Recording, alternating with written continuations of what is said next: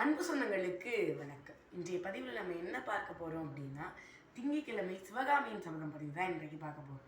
என்ன அப்படின்னா, போன பதிவில் நம்ம சிவகாமி ஒரு அருவருப்பு பார்வையை புத்தத்துறவி மேலே வீசிட்டு போயிட்டா அப்படின்னு நம்ம பார்த்தோம். அதுக்கப்புறமா திரும்பவும் அதே பரஞ்சோதி, ஆயனார், புத்தத்துறவி 3 பேரும் பேசிக்கிறாங்க. அப்போ பரஞ்சோதி கேட்குறான், இவ்வளோ சொல்கிறீங்க, ஆயனாருக்கு இவ்வளோ கனவுகள் இருக்குன்னு சொல்கிறீங்க, ஆனால் உங்களை பார்த்தா மட்டும் ஏன் சிவகாமிக்கு பிடிக்க மாட்டேங்குது அப்படின்னு சொல்லி புத்தத்துறவிகிட்ட கேட்க, புத்தத்துறவி சொல்கிறாரு, அப்படியா, என்னைய பார்த்தா ஏன் அந்த பொண்ணுக்கு பிடிக்கணும்லாம் தெரியல, ஏதோ ஒரு காரணம் இருக்கும். ஒருவேளை எங்கள் மதத்தை பிடிக்காததுனால அவளுக்கும் என்னை பிடிக்கலையோ, இல்லைன்னா என்னுடைய தோற்றம் பிடிக்காததுனால அதனால என்னை பிடிக்கலையோ அப்படின்னு சொல்லி புத்தத்துறவி சொல்கிறார்.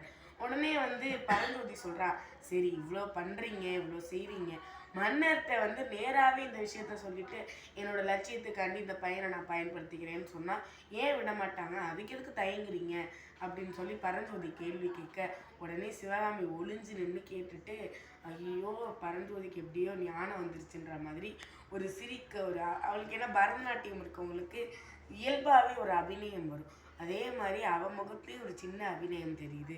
இதை பார்த்துட்டு பரஞ்சோதி கேட்குறத அப்படியே கேட்டுகிட்டே இருக்கா. ஓரமாக நின்று நடந்து போகிற வழியில் கேட்டது கேட்டு அப்படியே நின்று கேட்டுகிட்டே இருக்கா.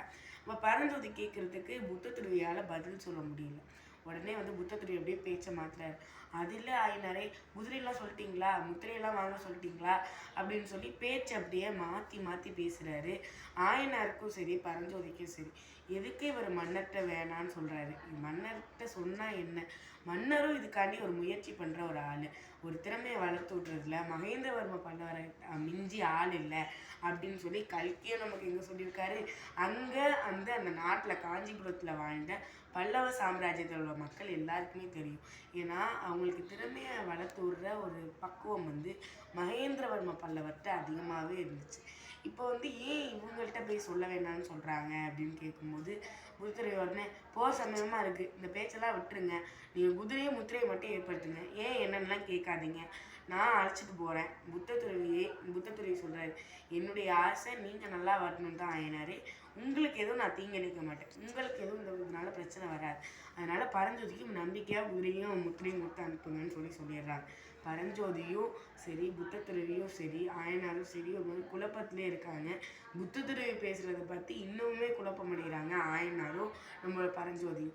இப்போ அடுத்தடுத்து என்ன நடக்க போகுது, ஏன் புத்தத்துறவி இப்படிலாம் சொல்ல போகிறாரு அப்படின்றத அடுத்தடுத்த திங்கட்கிழமை பதிவில் பார்க்கலாம் என்று கூறி உங்களிடம் விடைபெறுவது நான் உங்கள் சேதுரை வீராஜ், ஊராட்சி ஒன்றிய நிலைப்பள்ளி செவ்வாய்ப்பட்டியில் நான் 8ஆம் வகுப்பு பயின்று வருகிறேன். உங்கள் சிந்தனையில் நன்றி, வணக்கம்.